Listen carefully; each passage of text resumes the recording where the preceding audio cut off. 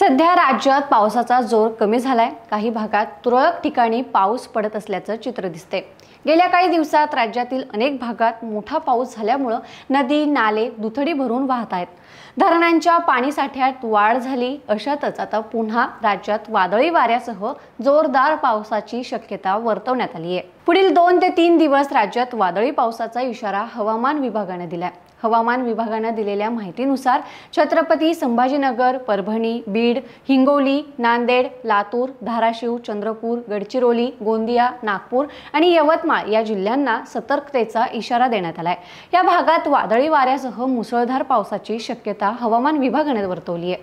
हवामान विभागाने दिलेल्या माहितीनुसार कोकणातील जिल्ह्यांमध्ये देखील तुरळक ठिकाणी विजांच्या कडकडासह वादळ, सोसाट्याचा वारा आणि हलका ते मध्यम पाऊस पडण्याची शक्यता आहे।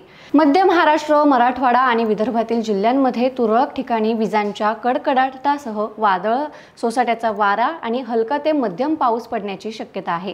त्यामुळे नागरिकांनी योग्य ती खबरदारी घ्यावी असं आवाहन करण्यात आलंय।